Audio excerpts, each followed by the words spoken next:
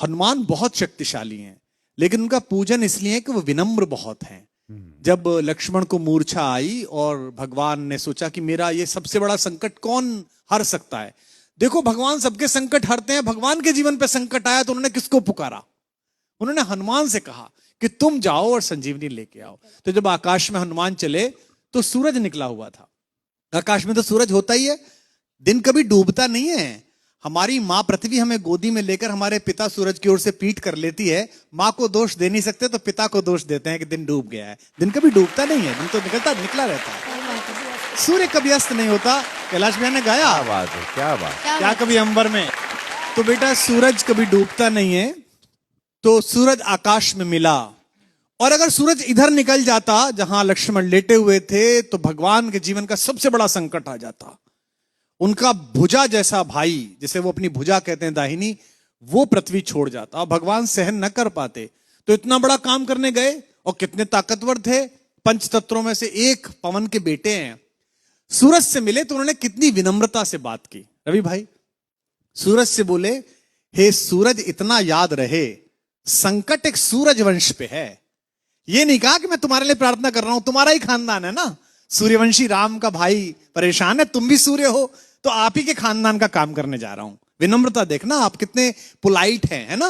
ये सूरज इतना याद रहे संकट एक सूरज वंश पे है, लंका के नीच राहु द्वारा आघात दिनेश अंश पर है।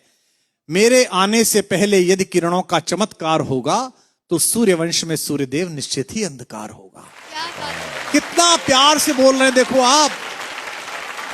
इसलिए छिपे रहना भगवान, जिसने राम के अलावा किसी को भगवान नहीं माना वो हनुमान सूर्य से कह रहे हैं, इसलिए छिपे रहना भगवान, जब तक न जड़ी पहुंचा दूं मैं, बस तभी प्रकट होना भगवान, जब संकट निशा मिटा दूं मैं। आशा है स्वल्प प्रार्थना, ये जरा सी प्रार्थना सच्चे जी से स्वीकारोगे, आतुर की आर्त अवस्था को होकर करुणार्थ निहारोगे।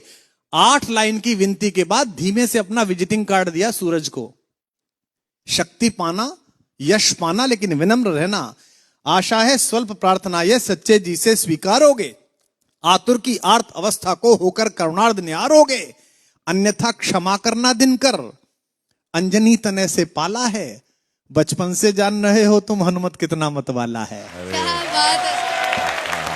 अन्यथा क्षमा करना दिनकर, अंजनी तने से पाला है, बचपन से जान रहे हो तुम हनुमत कितना मतवाला है। और धमकी भी कैसी दी, ये जो रवि भैया खड़े हैं ना आपके बगल में, इनके इलाका जहां से शुरू होता है वह धमकी ऐसी दी जाती है कि इतना गोली मारेंगे कि खोखा बेच के करोड़पति हो जाइएगा। लेकिन हनुमान जी ने कैसी धमकी दी, कितनी विनम्रता से। ऐसा कोई नहीं बोलता, ऐसे बनना सब। आशा है स्वल्प, अन्यथा क्षमा करना दिनकर, अंजनी तने से पाला है, बचपन से जान रहे हो तुम हनुमत कितना मतवाला है।